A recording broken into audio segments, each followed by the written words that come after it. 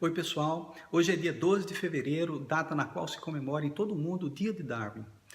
Darwin foi sem dúvida nenhuma um dos grandes gênios da humanidade e lançou as bases da teoria moderna da evolução.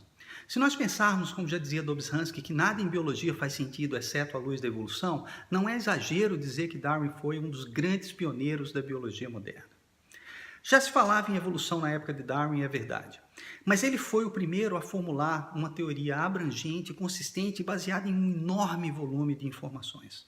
Quando Darwin publicou o seu livro mais famoso, A Origem das Espécies, ainda em 1859, o que ele fez foi lançar um programa de pesquisa em biologia evolutiva. Ou seja, ele mostrou a todos que era preciso estudar e desenvolver uma teoria evolutiva a partir da qual nós pudéssemos entender a diversidade biológica. Esse era o caminho. Com isso, ele convenceu a uma esmagadora maioria da comunidade científica da época de que a evolução havia acontecido. Esse foi, em primeiro momento, a principal contribuição de Darwin ainda no século XIX.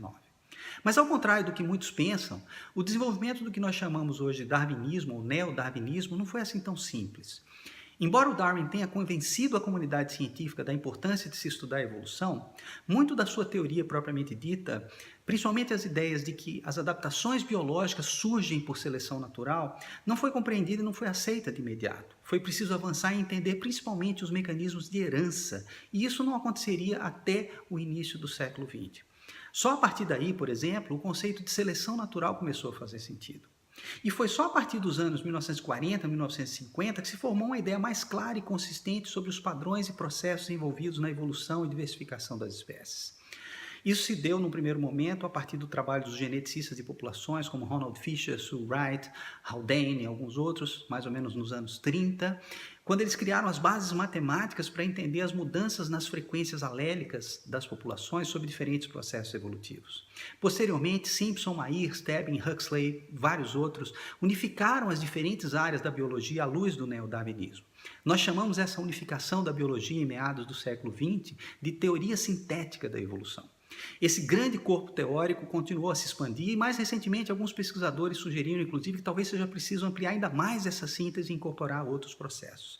Esse é um movimento que já aconteceu, de fato, algumas vezes, por exemplo, nos anos 70, com a teoria neutra, o equilíbrio pontuado. Alguns pesquisadores são mais radicais e dizem que a revisão atual criaria uma nova síntese, com mecanismos que foram ignorados pela teoria sintética, enquanto outros dizem que o que nós estamos vendo, na verdade, é apenas mais uma revisão e uma expansão da teoria sintética. Independente desse debate filosófico e epistemológico sobre a natureza das novas descobertas em biologia evolutiva, o que está claro para a maior parte dos cientistas, ou para todos os cientistas no século XXI, é que a origem de tudo isso está na genialidade e na capacidade de trabalho de Darwin há mais de 150 anos. É importante reconhecermos isso, especialmente nos dias de hoje, quando vemos um crescimento do pensamento anticientífico, de várias formas de dogmatismo religioso associadas à difusão de fake news que levam a um clima de falsa incerteza sobre alguns aspectos da ciência.